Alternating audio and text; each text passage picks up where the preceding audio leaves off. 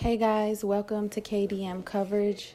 I'm your host Kerry, and today we're doing a drive-through in the Kensington section of Philadelphia.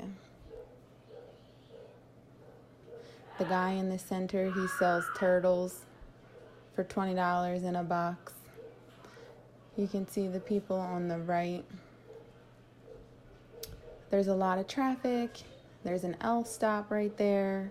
People coming and going to and from work, school, looking to buy drugs, looking to sell drugs. Just a lot of good stuff going on. Everybody kind of seems in their own world down here.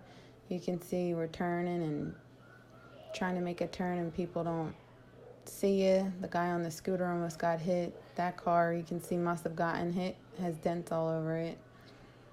So on to the right of us, you see a bunch of addicts that are homeless and using. There's an RV someone must have bought to live in down there. There's quite a few RVs and pop-up trailers, along with a ton of tents that people sleep in, or they're under sheets like this. These women here have a sheet posted up, tied to a fence. And then we go a little further down this alley. There's a guy who can't control himself, just spinning circles. Hi. This guy looks like he lost something. Can't find his stuff. This guy's helping him shoot up in his neck. Look at all the trash, and here's another guy set up. This guy's on the ground. Seems like he couldn't get off of his knees.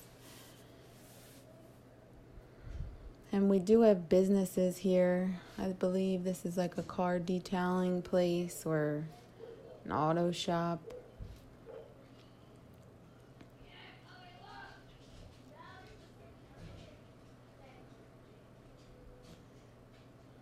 We're coming right off of Jasper Street, and here's Wells Fargo Bank. And a lot of the homeless and addicts tend to sleep out here. Businesses have been shut down because I'm assuming it's probably hard to run a business with homeless people and addicts pitching a tent or, passed out from being high out front of their store, and the needles all over the ground and trash. Not to mention the smell. There's some more people to the right under a tarp. And then we make another right again. And here are a lot of the addicts and homeless, again, posted up right under the L stop. This poor guy to your right, he's clearly high, and he is bent over because he can't stand up straight. I'm not really sure.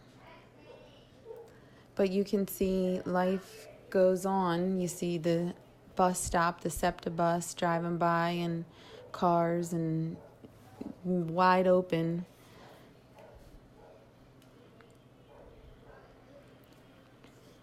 So this is coming to the same spot but from a different angle. So that spot is to the left that we were just looking at. And now here is the perspective going the opposite way.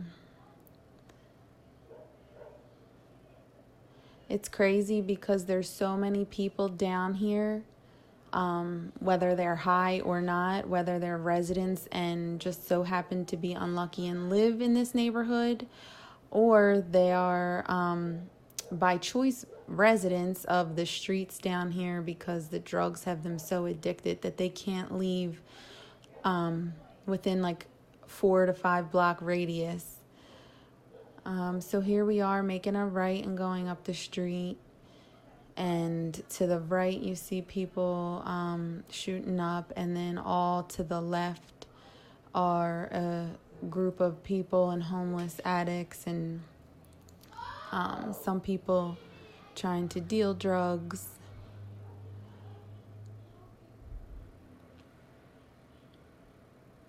And here it is from the different perspective, the same area, but now it's on the right-hand side. There's a woman in a red hoodie. She's smoking crack. There's a guy in a light blue jeans. He's having muscle spasms from the drugs that he can't control, and it almost looks like he's having a seizure or like a spasm where his head's jerking back. Super scary. And in front of him, there's a woman trying to shoot a guy in the neck with a needle. So to the right, there was just a man urinating on the wall. Here's two people stuck at the mailbox, people sleeping on the corner, or just, I guess, living there. Honestly, they're not hanging out. They just have nowhere else to go. You see police and transit police down here all the time, but they don't do anything about it. I don't know if it's considered legal or what, but they don't get arrested. No one gets in trouble. You see all the homeless people to the right. Businesses shut down, real estate that looks like it's clearly not taken care of. The smell down here is atrocious as well. Not only does it look bad with needles and trash and drug baggies and pit and human urine and human feces all over. But not only does it look bad, it also smells horrible. People on their motorbikes, motorcycles, going about their life.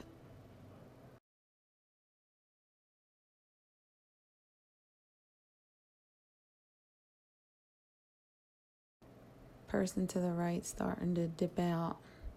It's having a hard time holding their weight up.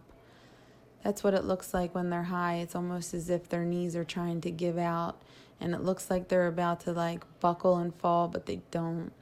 You see all to the right, there's trash. A man's sweeping some trash up. More homeless people, turned over carts. A lot of the people have shopping carts that they use to hold their personal belongings, or even to try to get money and pick up scrap or trash and take it to a scrapyard to try to make some money. There's a family with a little child walking. So now as we come up to the right, this is called Needle Park. This is where a lot of users just live. They do their drugs here. They shoot up. They prostitute. They sleep here.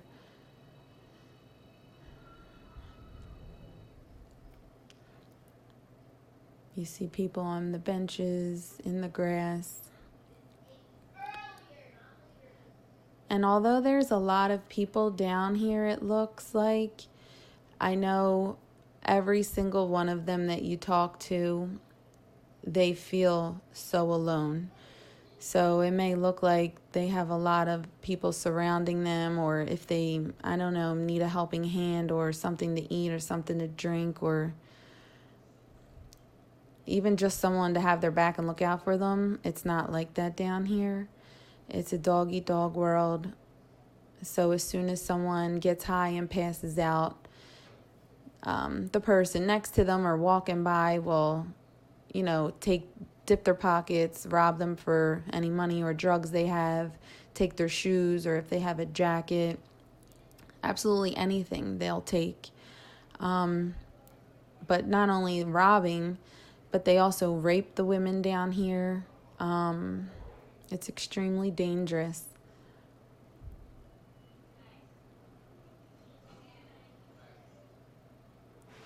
And again, the trees and stuff look beautiful for fall, but the sad part is that's probably the only pretty thing down here. The way of life and the lost souls and the need for God in the lives of the people down here in this area is overwhelming. So guys, anybody watching, please say some prayers for these people. Please comment what you guys think. Like the video, subscribe, share it. We're trying to raise awareness to the depths of hell, honestly, that are in Kensington, and nothing is being done about it. So you can see there's a young girl over there to the left. Some guy is trying to help her, but honestly, he's probably trying to take advantage of her. Here's some more people posted up. And now I have another video on my channel where I spend a little more time, and it's up close and personal, seeing what these people are actually doing, or what they look like and the physical effects that it is having on them. This video is literally just driving through and showing the world what the area looks like. These people aren't bad people. They are just, they just have probably mental health issues. Not probably, they do. Addiction comes from mental health issues that are either unresolved, or honestly, most of these people don't even realize there's unresolved issues within themselves. They don't know why they can't leave the drug alone.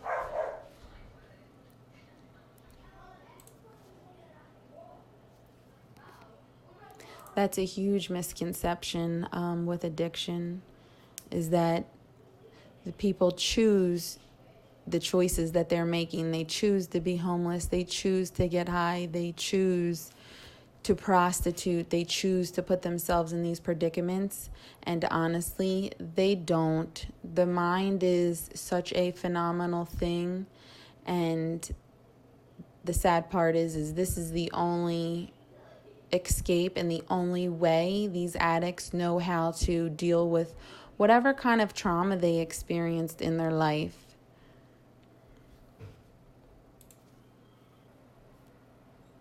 The people down here go for days, sometimes up to a week or longer, without eating, without sleeping, without showering.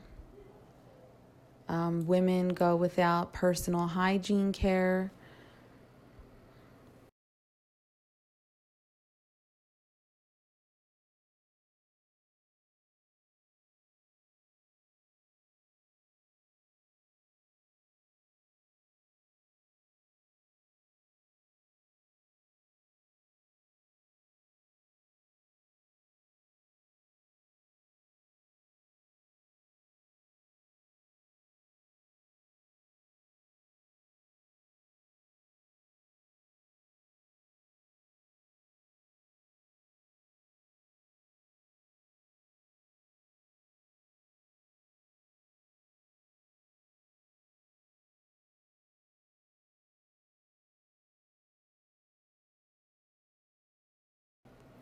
The church right there to the left is actually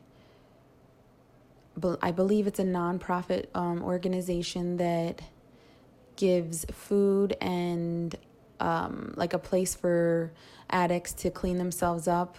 I don't know if it's running water or if it's just a water pump outside, and they have porta potties, and it's kind of a safe space for them to clean themselves up.